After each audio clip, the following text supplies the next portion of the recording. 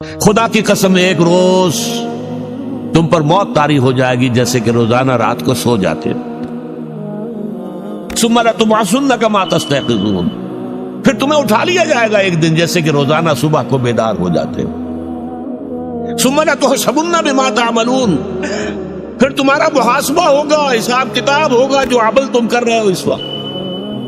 ثم لتجزون بالاحسان احسانا وبالسوء سوءا، پھر لازماً بدلہ مل کر رہے گا، بھلائی کا بھلا برائی کا برا،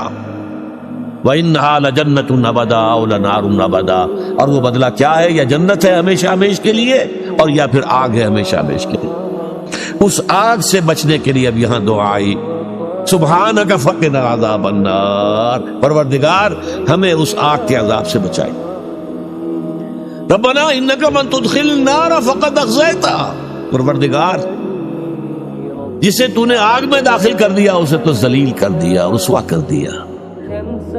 ربنا لا تجعلنا منہم، اللہم ربنا لا تجعلنا منہم، اللہ ہمیں بچائے اس سے کہ ہم ان میں شامل ہوں۔ تو اے پروردگار سبحانک، تو پاک ہے اس سے، فقنا عذاب النار، ربنا انک من تدخل النار فقد اخزیتہ، جسے بھی تو نے آگ میں داخل کر دیا اسے تو رسوا کر دیا۔ وما للظالمین